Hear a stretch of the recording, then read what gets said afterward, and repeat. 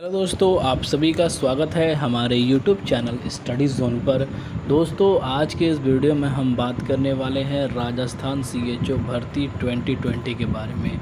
यहाँ पर दोस्तों आप सभी के लिए रिज़ल्ट से जुड़ी हुई काफ़ी इम्पॉर्टेंट अपडेट निकल कर आ रही है, जो आप सभी को जानना यहाँ बहुत ही ज़रूरी है।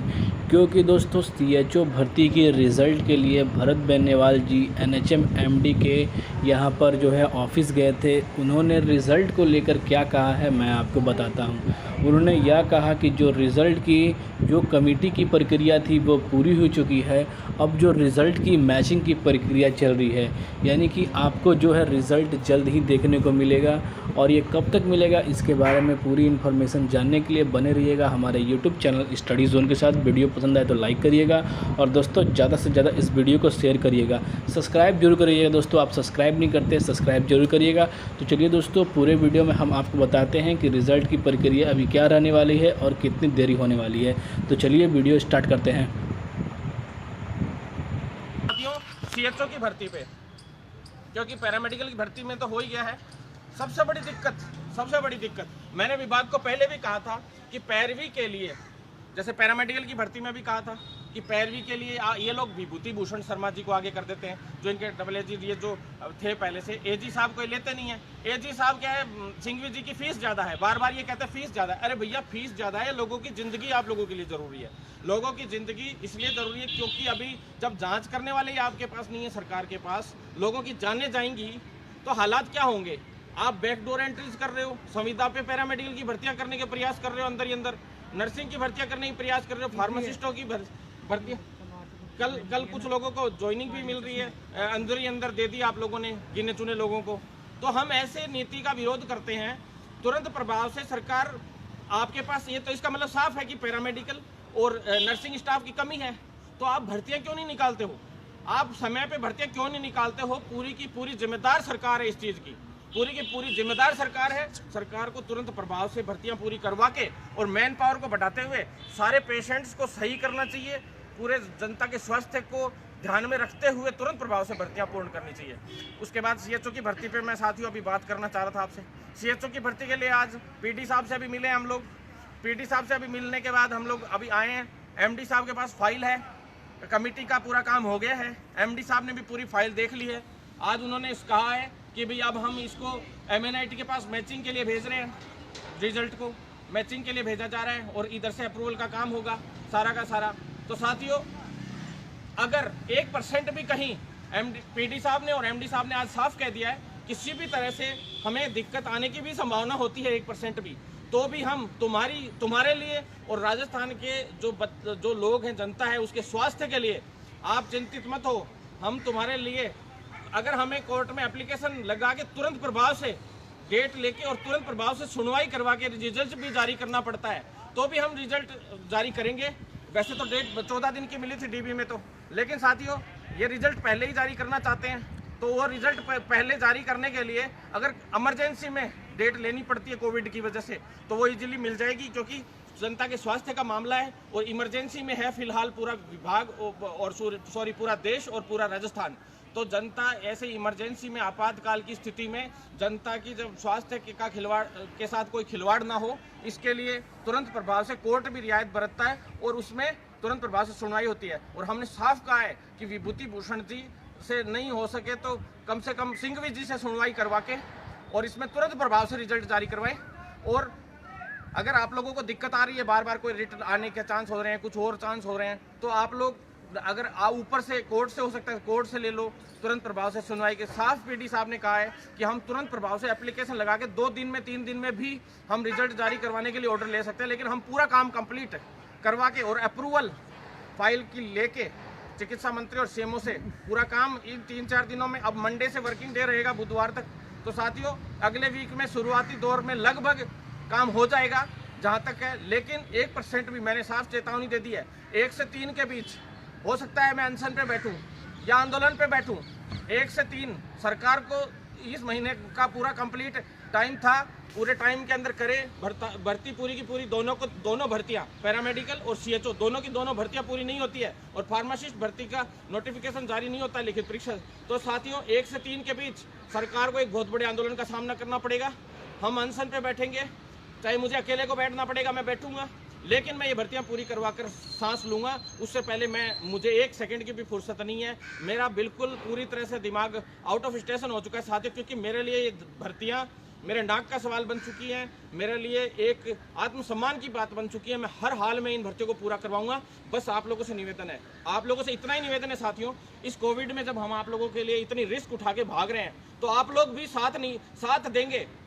दुख इस बात का होता है 450 के करीब साथियों को, LT वाले साथियों को बैकलॉग भरवा के चाहे कैसे भी हम लोग ये भर्तियां कंप्लीट करवा के लाए हैं।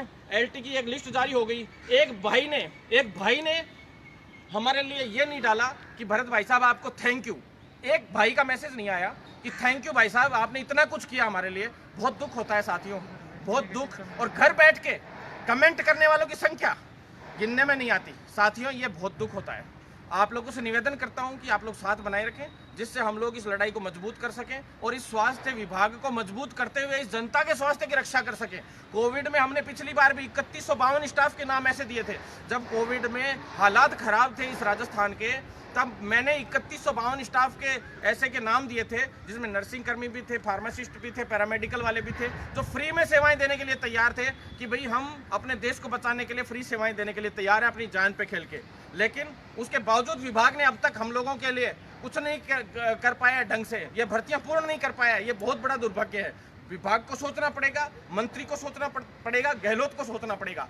आप लोगों को अगर कुछ भी बोलना हो कमेंट में तो माननीय अशोक गहलोत जी को बोलो, चिकित्सा मंत्री जी को बोलो, जो आप लोगों के लिए संघर्ष कर रहा है उनको मत बोलो, क्योंकि हम लोग आपके लिए लड़ तो रहे हैं, कुछ कर तो रहे हैं, भाग तो रहे हैं। दुनिया तो आप लोगों के लिए कोई भागती ही नहीं है साथियों। जो गलत जिनको बोलना है चिकित्सा मंत्री को बोलिए, जो लोग आपकी भर्तियां पूरी नहीं करते हैं मुख्यमंत्री को बोलिए। हम तो आपके भाई हैं। जो रिट लगाने वाले हैं वो भी आपके भाई हैं। रिट ना तो भरत बेनीवाल ने लगा रखी है, ना सरकार ने लगा रखी है, ना किसी और ने लगा रखी है, ना अधिकारियों ने लगा रखी है। साथियों आप ही के भाइयों ने रिट पिटीशन दायर कर रखी है। आज उनकी वजह से भर्तियां अटक रही है, तो उन भाइयों को समझाइए। लेकिन आप लोग किसी एक दूसरे के भाई के ऊपर आरोप प्रत्यारोप, कोई पैरामेडिकल में 2-4 भाई लोग भागते रहते हैं, जो 5-7 भाई लोग, उनमें से कभी कोई किसी के खिलाफ कमेंट करेगा, कोई किसी। क्यों करते हो भाई? क्या बिगाड़ दिया इन्होंने एक दूसरे ने आपका? सभी आपके लिए तो भाग रहे हैं। उन सब के लिए आप लोग पॉजिटिव नजरिया रखिए। ये नहीं कि कोई किसी के खिलाफ कोई कुछ भी बोलता है। कुछ भी बोलना छोड़ो साथियों। हालांकि इन पे ध्यान देना ही बंद कर दिया हम लोगों ने तो, और जो गड़बड़ करता है उसका इलाज भी करना शुरू कर रखा है, बढ़िया तरीके से इलाज कर रहे हैं। लेकिन साथियों आपसे निवेदन है, CHO वाले साथी हो चाहे पैरामेडिकल वाले साथी हो, धैर्य आपकी बहुत बड़ी चीज़ है। धैर्य तो बना के रखना पड़ेगा। जब इतने दिन धैर्य बना के रखा है, बहुत ज़रूरी है हम लोगों को हर चीज़ में धैर्य बना के रखना, क्योंकि यहाँ पे 4 लोगों से ऊपर आप आज यहाँ इकट्ठे नहीं हो सकते हो, क्योंकि कोविड का माहौल चल रहा है। 2 मिनट में 188, 144 और तीन धाराएं आप लोगों पे लगा के 2 मिनट में किसी को बंद कर देंगे तो नौकरी नहीं, तुम्हारी बर्बादी तुम्हें मिल जाएगी। इसलिए भरत बेनीवाल हर चीज़ को ध्यान में रखते हुए हर एक आंदोलन करेगा और कहीं भी प्रेशर कम नहीं पड़ने दूंगा। पिछली बार कोविड के वक्त भी ऐसा ही माहौल था। कोविड के वक्त एक व्यक्ति बाहर नहीं निकला करता था सड़कों पे, तब भरत बेनीवाल दिल्ली जाया करता था, सचिवालय में रोज घुस जाया करता था। एक नेताजी कह रहे हैं, बोले CMO में मैं बात करता हूँ तुम्हारी पैरामेडिकल की भर्तियों के लिए। क्या बात करेगा भाई तू तेरे रेट पटवारी और अदर जितनी भी भर्तियां, उनकी आज तक डेट तक नहीं मिली। 3 साल में परीक्षाओं की डेट नहीं मिली, विज्ञप्तियां तक जारी नहीं हुई। क्या करोगे तुम लोग? फॉर्म तक नहीं खुलवा पा रहे हो तुम। हमारे मेडिकल में हम बहुत हैं, बब्बर शेर हैं और रात दिन एक कर देते हैं, और हमारे भाइयों के लिए लड़ना हम ढंग से जानते हैं। हमें तुम जैसी पॉलिटिशियनों की यहाँ राजस्थान में मेडिकल में ज़रूरत नहीं है। इसलिए मैं आप सभी से निवेदन करना चाहता हूँ, ज़्यादा से ज़्यादा वीडियो को शेयर करें, सभी साथी लोग एकजुट रहें, ट्वीट ज़्यादा से ज़्यादा करें। ट्विटर अभियान भी वापस से चलाएंगे एक बार और। जब तक ये भर्ती कंप्लीट नहीं होगी, ऐसा कोई दिन नहीं जाएगा जिस दिन हम विरोध नहीं करेंगे। 25 जिला कलेक्टरों को, 28 जिला कलेक्टरों को एक साथ में हमने ज्ञापन सौंपा मुकुल शर्मा जी के पास, और जो माननीय चिकित्सा मंत्री जी और मुख्यमंत्री जी दोनों तक 28 जिला कलेक्टरों से एक साथ में मेल भिजवाए। हमने कहा था कि मेल भिजवाए कलेक्टर साहब तो ही ज्ञापन लेना, नहीं तो ज्ञापन मत लीजिए। और हमने अपने पर्सनल लोगों को भेज के आप लोगों के लिए 28 जिला कलेक्टरों से ज्ञापन दिलवाए। साथियों हमें दुख होता है इस बात का कि इन्हीं भर्तियों से जुड़े हुए कितने लोग गए, आप लोग बताइए मेरे को। कलेक्ट्रेटों पे कोई भी नहीं गया, गिने चुने लोग गए। जो लोग इन भर्तियों से जुड़े हुए भी नहीं है, हालांकि वो पास आउट हैं, लेकिन उसके बावजूद उन लोगों ने जाके आप लोगों के लिए ज्ञापन दिए, 28 जिला कलेक्टरों को ज्ञापन दिए। साथियों इसी तरह से अगर साथ बनाए रखेंगे, सारे एकजुट रहेंगे, आप लोग कमेंट करो, प्रमोट कीजिए।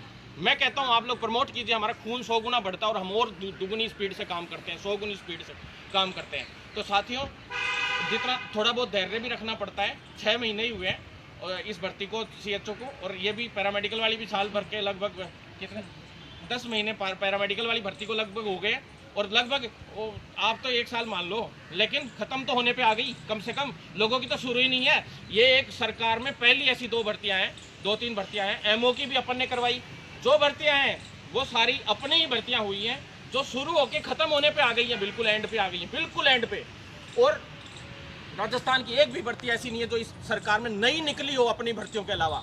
बोलना बहुत आसान होता है, करना बहुत मुश्किल होता है, और हम लोग करेंगे और इसी तरह से लड़ते रहेंगे। और ये तुम कुछ भी बोल लेना, भरत बेनीवाल किसी के बाप से नहीं रुकेगा, ये चैलेंज है। और इसी तरह से अपने प्रोफेशन के लड़ता रहेगा, और हम लोग लड़ेंगे, जीतेंगे। और संघर्ष हमारी सबसे बड़ी खूबी है, और उस संघर्ष के बल पे हम जीतेंगे। धन्यवाद साथियों। इनकलाब जिंदाबाद, इनकलाब जिंदाबाद।